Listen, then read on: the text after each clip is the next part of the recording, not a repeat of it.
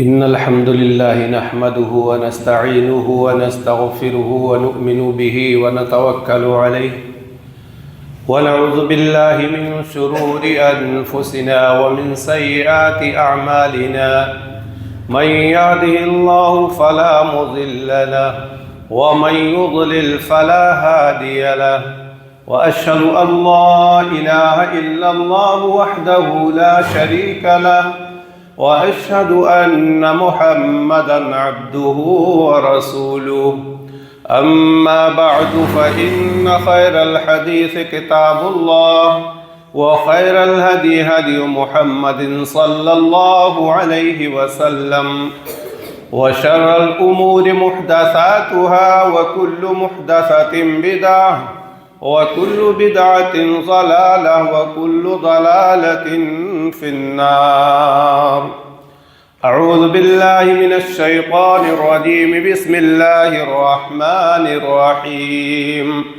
قاف والقرآن المجيد بل عجبوا أن جاءهم منذر منهم فقال الكافرون هذا شيء عجيب أإذا متنا وكنا ترابا ذلك رجع بعيد. بارك الله لنا ولكم في القرآن العظيم ونفعنا وإياكم بالآيات والذكر الحكيم. إنه تعالى جواد كريم ملك بر رؤوف رحيم.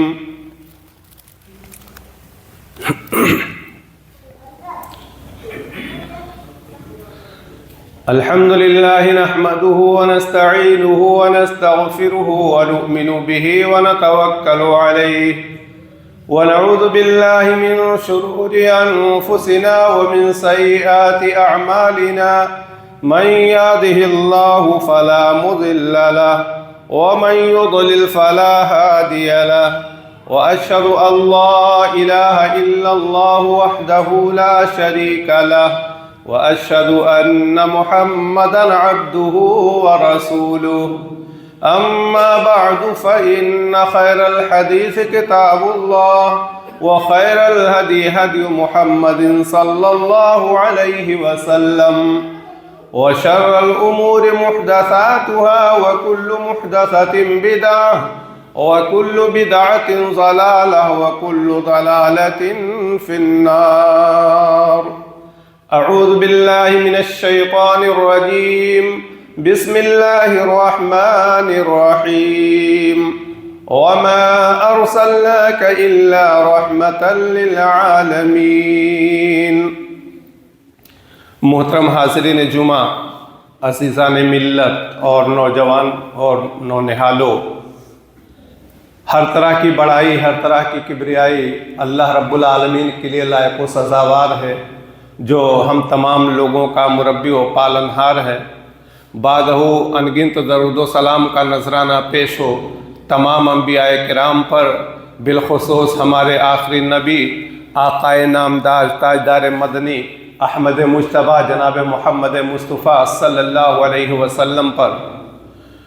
محترم سامعین کرام، پچھلے خطبہ جمعہ میں نے نبی رحمت کا غیر مسلموں کے ساتھ سلوک، اس موضوع پر کچھ گفتگو ہوئی تھی، کچھ باتیں پیش کی گئی تھیں، اور یہ بتایا گیا تھا کہ دنیا کے اندر جتنے انسان ہیں وہ سب کے سب آدم کی اولاد ہیں، اور کسی کو کسی پر کوئی فضیلت حاصل نہیں ہے، اور ایک مسلمان کو دنیا کے اندر جو رعایت، جو حیثیت اور جو مرتبہ اور جو مقام حاصل ہے، ایک انسان ہونے کے ناطے ایک مسلم کے ساتھ ساتھ غیر مسلم کو بھی وہ تمام رعایتیں حاصل ہیں. یہ مذہب اسلام اس کی ہمیں تعلیم بھی دیتا ہے.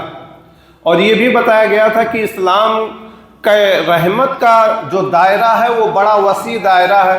صحیح مسلم کی روایت کے مطابق ہم نے ایک مثال بھی دی تھی کہ اللہ کے رسول صلی اللہ علیہ وسلم نے عام انسانوں کو تو چھوڑیے، غیر مسلم قیدیوں کے ساتھ اچھا سلوک کیا، اور جس طریقے سے ایک اور صحیح مسلم کی روایت کتاب المغازی کے اندر جو موجود ہے، یہ بتایا گیا تھا کہ کہ جس طریقے سے ایک مسلمان کے جنازے کی تعظیم کی جاتی ہے، جنازہ دیکھ کر کے کھڑا ہوا جاتا ہے، ایسے ہی غیر مسلم کا جنازہ بھی اگر آپ کے سامنے سے گزرے تو ہمیں اور آپ کو کھڑے ہو جانا چاہیے۔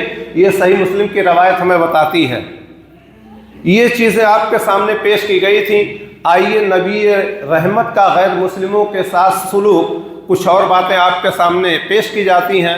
بارگاہ رب العزت میں دعا ہے کہ رب العالمین ہمیں کہنے کی، آپ تمامی حضرات کو سننے کی، اور ہم سب کو کہنے اور سننے سے زیادہ اس پر عمل کرنے کی توفیق عطا فرمائے۔ حضرات گرامی، ہم نے مذہب اسلام ہمیں یہ تعلیم دیتا ہے، مذہب اسلام یہ کہتا ہے کہ اس دنیا پر رہنے والے جتنے بھی انسان ہیں وہ تمام کے تمام انسان اللہ کے رسول صلی اللہ علیہ وسلم کے امت ہیں۔ یہ تھوڑی تعجب والی بات ہے۔ دنیا کے اندر جتنے بھی انسان ہیں، کسی بھی ذات دھرم کا ہو، کسی بھی مذہب کا ہو، دنیا میں سانس لینے والا ہر انسان اللہ کے رسول صلی اللہ علیہ وسلم کا امتی ہے۔ کس اعتبار سے؟ آئیے اس کو سمجھ لیتے ہیں۔ جب ہم کہتے ہیں امت تو اس کا دو مطلب ہے، ایک ہوتا ہے امت دعوت اور ایک ہوتا ہے امت اجابت۔ چونکہ اللہ کے رسول صلی اللہ علیہ وسلم اس دنیا کے اندر اللہ کے آخری رسول ہیں، آپ اللہ کے آخری نبی ہیں۔ اب قیامت کی صبح تک اس دھرتی پر کوئی نبی آنے والا نہیں ہے۔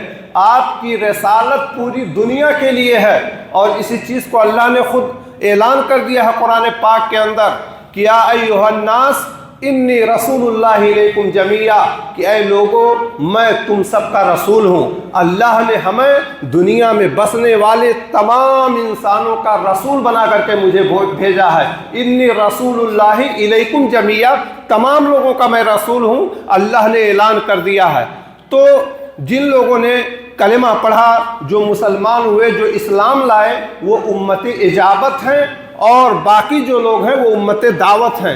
اب ہمارا فریضہ یہ ہے، ہماری ذمہ داری یہ ہے کہ ہم اسلام کی دعوت کو ان لوگوں تک پہنچائیں جو امت دعوت ہیں، ان تک اسلام کی دعوت کو پہنچائیں۔ یہ ہماری ذمہ داری ہے، کیونکہ وہ ہماری امت کا ایک حصہ ہیں۔ ہم امت اجابت ہیں، وہ امت دعوت ہیں۔ اس آیت کریمہ سے ایک نقطہ یہ نکلتا ہے کہ غیر مسلموں سے جو ہمارا تعلق ہے، غیر مسلموں سے جو ہمارا رشتہ ہے، وہ اپوزیشن کا رشتہ نہیں ہے، وہ مخالفت کا رشتہ نہیں ہے۔ ہم اپنے غیر مسلم بھائیوں کو دشمن سمجھ کر کے ٹریٹ نہ کریں، ہمارا بیہیویئر ان کے ساتھ مخالفت کا نہ ہو، ہمارا سلوک، ہمارا انداز اپنے غیر مسلم بھائیوں کے ساتھ ایسے ہی ہونا چاہیے جیسے ایک دائی کا ایک مدعو کے ساتھ ہوتا ہے۔ ایک دائی کو جو آداب اسلام نے سکھائے ہیں، ایک مدعو کے سامنے کیا اسلوب انداز کرنا چاہیے، کیا طریقہ استعمال کرنا چاہیے، وہ دائی کی صفات ہمارے اندر ہونی چاہیے۔ وہ اسلوب کیا ہیں؟ آپ اٹھائیے 14واں پارہ، اللہ تبارک و تعالیٰ نے فرمایا ادعو الی سبیل ربک بالحکمہ والموعظۃ الحسنہ وجادلہم باللتی ہی احسن، کہ اے نبی آپ لوگوں کو حکمت کے ساتھ دعوت دیجیے، آپ لوگوں کو دانش مندی کے ساتھ اسلام کی طرف بلائیے، آپ ان کے ساتھ پیار و محبت کے لہجے میں بات کریے، والموعظۃ الحسنہ، اور آپ کی جو تقریر ہو، آپ کا جو وعظ ہو، آپ کی جو نصیحت ہو، وہ نصیحت ہمدردانہ نصیحت ہونا چاہیے۔ آپ اسلام کی دعوت پیش کر رہے ہیں تو آپ کسی مذہب کی برائی کر کے اسلام کی دعوت نہ پیش کریے، آپ کسی دھرم کی برائی کر کے اسلام کی دعوت نہ پیش کریے، آپ کی نصیحت میں ہمدردی ہونی چاہیے۔ وجادلہم باللتی ہی احسن، اور جب آپ کی زندگی میں آپ کو ڈیبیٹ کرنے کا موقع آ جائے، آپ کو فیس ٹو فیس بات کرنے کا موقع ملے، آپ کو آمنے سامنے بیٹھ کر کے بحث کرنے کا موقع ملے، تو آپ جاہلانہ طرز گفتگو کو مت اپنائیے، آپ جاہلوں کی طرح بات نہ کیجیے۔ وجادلہم باللتی ہی احسن، آپ ان سے اچھے طریقے سے بات کریے، بہترین انداز میں بات کریے، اور جب آپ اس اصول کے ساتھ ان کو اپنی دعوت دیں گے۔ جب آپ کی باتوں میں نرمی ہوگی، جب آپ کی باتوں میں محبت ہوگی، جب آپ کی نصیحت میں ہمدردی ہوگی، جب آپ اچھے طریقے سے بات کریں گے تو اس کا نتیجہ یہ ہوگا کہ فَإِذَا الَّذِي بَيْنَكَ وَبَيْنَهُ عَدَاوَةٌ كَأَنَّهُ وَلِيٌّ حَمِيدٌ، تو آپ کا جو کٹر سے کٹر دشمن ہوگا، آپ کا جو سخت مخالف ہوگا، آپ کا جو سب سے بڑا بیرودھی ہوگا، جب آپ پیار و محبت کے ساتھ اس کو دعوت دیں گے تو فَإِنَّهُ كَأَنَّهُ وَلِيٌّ حَمِيدٌ، تو وہ آپ کا جگری دوست بن جائے گا، وہ آپ کا پکا دوست بن جائے گا۔ اس کا نتیجہ یہ ہوگا میرے بھائیوں، آج میں بتاؤں آپ کو، آج ہمارے جو غیر مسلم بھائیوں کے ذہن و دماغ میں جو نفرت کا زہر بھرا ہوا ہے، اس کے پیچھے کہیں نہ کہیں غلط فہمی کی ایک موٹی دیوار کھڑی ہے۔ اس دیوار کو ہمیں گرانا ہے۔ اسلام ہمیں منع نہیں کرتا ہے کہ آپ غیر مسلموں کے شادیوں میں مت جائیے، آپ ان کے جنازے میں مت جائیے۔ ہاں، بات جب عقیدے کی آ جائے، بات جب توحید کی آ جائے تو آپ کوئی کمپرومائز نہیں کریں گے، آپ ان کے ساتھ رہیں، آپ ان کے ساتھ اٹھیں بیٹھیں، آپ ان کے ساتھ تعلقات قائم کریں، آپ ان کے ساتھ معاملات کریں، سب کچھ کریں، لیکن آپ ان کے رسم و رواج کو اڈاپٹ نہ کریں، آپ ان کی تہذیب و تمدن اور ان کی ثقافت کو نہ اپنائیں۔ اسلام نے آپ کو جو پہچان دی ہے، اسلام نے آپ کو جو آئیڈینٹی دی ہے، اسلامی تشخص کو آپ برقرار رکھیے، آپ اپنی اس آئیڈینٹی کو برقرار رکھیے، آپ اپنے عمل کے ذریعہ، آپ اپنے کردار کے ذریعہ، آپ اپنے کیریکٹر کے ذریعہ، آپ اپنی باتوں کے ذریعہ ان کو اسلام کی دعوت دیتے رہیے۔ آج ہمارے غیر مسلم بھائیوں کے ذہن و دماغ میں تو یہی بھرا ہے کہ ارے صاحب، قرآن میں تو صرف جہاد کا حکم دیا گیا ہے، قرآن بار بار جہاد کی تعلیم دیتا ہے۔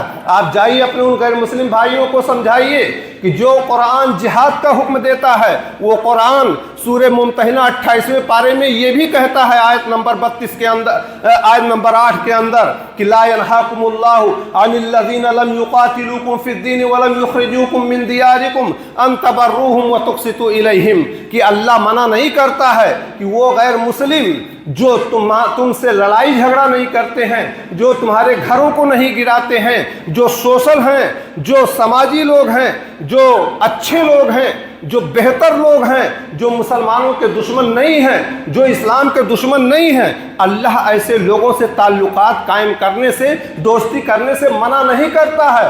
آپ ان کو تحفے تحائف دیجئے، آپ ان سے تعلقات قائم کیجئے اور آپ ان کے ساتھ انصاف سے کام لیجئے۔ اللہ منع نہیں کرتا ہے، اللہ صرف اس چیز سے منع کرتا ہے کہ جو لوگ اسلام مخالف ہیں، جو لوگ ہماری مسلمانوں کو تکلیفیں دیتے ہیں، اللہ ان سے جہاد کرنے کا حکم دیتا ہے۔ میرے بھائیوں، میں آپ کو بتاؤں، اگر آپ امام کائنات جناب محمد رسول اللہ صلی اللہ علیہ وسلم کی زندگی کا مطالعہ کریں گے اور اللہ کے رسول نے اپنے دشمنوں کے ساتھ جو اعلیٰ کردار کا نمونہ پیش کیا ہے، اگر ہم اور آپ اپنی زندگی میں اس کو نافذ کر لیں تو ایک انقلاب برپا ہو جائے گا۔ آپ غور کیجئے گا، جب سن 8 ہجری میں مکہ فتح ہوا، امام کائنات مکہ کے اندر تشریف لے جاتے ہیں، خانہ کعبہ کے اندر داخل ہوتے ہیں اور 360 بتوں کی صفائی کرتے ہیں، اور اللہ کے رسول صلی اللہ علیہ وسلم خانہ کعبہ کے اندر 2 رکعت نماز ادا کرتے ہیں۔ پھر آپ باہر نکلتے ہیں، خانہ کعبہ کے دروازے پر کھڑے ہیں اور اس خانہ کعبہ کے سامنے مکہ کے وہ تمام دشمن بھی موجود ہیں جنہوں نے آپ کو قتل کرنے کی سازش کی تھی، وہ بھی موجود ہیں، جنہوں نے شیب بھی تعلیم میں آپ کو 3 سال بند رکھا تھا، آپ سے تمام تعلقات ختم کر دیے تھے، وہ لوگ بھی موجود ہیں، جنہوں نے آپ کو آپ کے وطن عزیز مکہ مکرمہ سے نکلنے پر مجبور کیا تھا، وہ دشمنان اسلام بھی موجود ہیں، جنہوں نے بدر و احد میں آپ کے ساتھ لڑائیاں کی تھیں، وہ لوگ بھی موجود ہیں، جنہوں نے آپ کو ذہنی ٹارچر کیا تھا، جنہوں نے آپ کو شاعر، پاگل، مجنون، دیوانہ اور کاہن نہ جانے کن القاب سے نوازا تھا، وہ تمام دشمنان اسلام مکہ کے اندر خانہ کعبہ کے سامنے موجود ہیں۔ تو سب کے ہوش اڑے ہوئے ہیں کہ مکہ تو فتح ہو چکا ہے، آج خیر نہیں ہے، آج محمد ایک ایک جرم کا بدلہ لیں گے، آج محمد ایک ایک ناانصافی کا بدلہ لیں گے۔ سارے لوگ دبے سہمے ہیں۔ اللہ کے رسول صلی اللہ علیہ وسلم نے کہا ما تظنون بی انی فاعل بکم، کہ بتاؤ لوگوں تمہارا کیا خیال ہے، آج میں تم لوگوں کے ساتھ کیا سلوک کرنے والا ہوں۔ اللہ کے رسول نے پوچھا، تمام لوگوں نے ایک زبان ہو کر کے کہا خیرن، اے محمد مجھے تو آپ سے بھلائی کی امید ہے۔ اخن کریم وابن اخن کریم، آپ نیک بھائی ہیں، نیک باپ کی اولاد ہیں، آپ سے بھلائی کی ہی امید کی جا سکتی ہے۔ محمد آپ ہمارے ساتھ اچھا سلوک کریں گے۔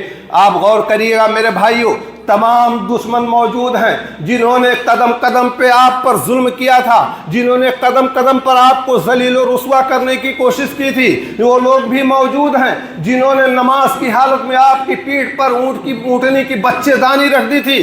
تمام دشمن موجود ہیں۔ اللہ کے رسول صلی اللہ علیہ وسلم نے کہا اذهبوا انتم الطلقاء، کہ اے لوگوں جاؤ، تم سب کے سب آزاد ہو، آج تم سے کوئی بدلہ نہیں لیا جائے گا۔